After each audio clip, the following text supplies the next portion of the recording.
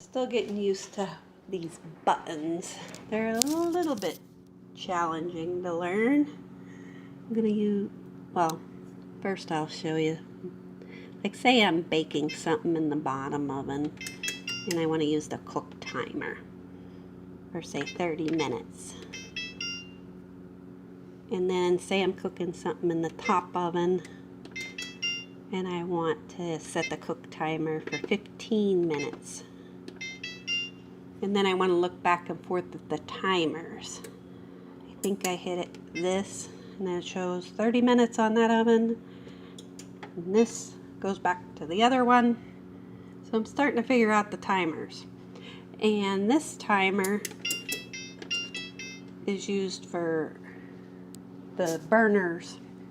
So I'm starting to figure it out. But currently, I am using the bottom oven. Convection bake.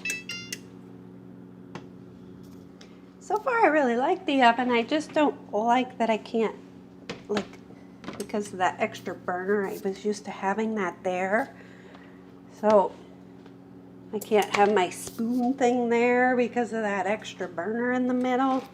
And I don't like that the towel thing, like if you open the bottom oven, it ends up in the bottom oven. So when I'm cooking with the bottom oven, I have to remove those. Just annoys me, but other than that, I'm liking the new oven.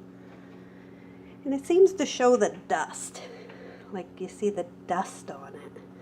So it doesn't per se show all the fingerprints, like I don't see the fingerprints, but I see the dust. So I'm like always trying to get the dust to go away. It has textured burners. There's a bunch of different lines on the burner. So if you want like big side, you go this way. If you want the smaller burner, you go this way. It has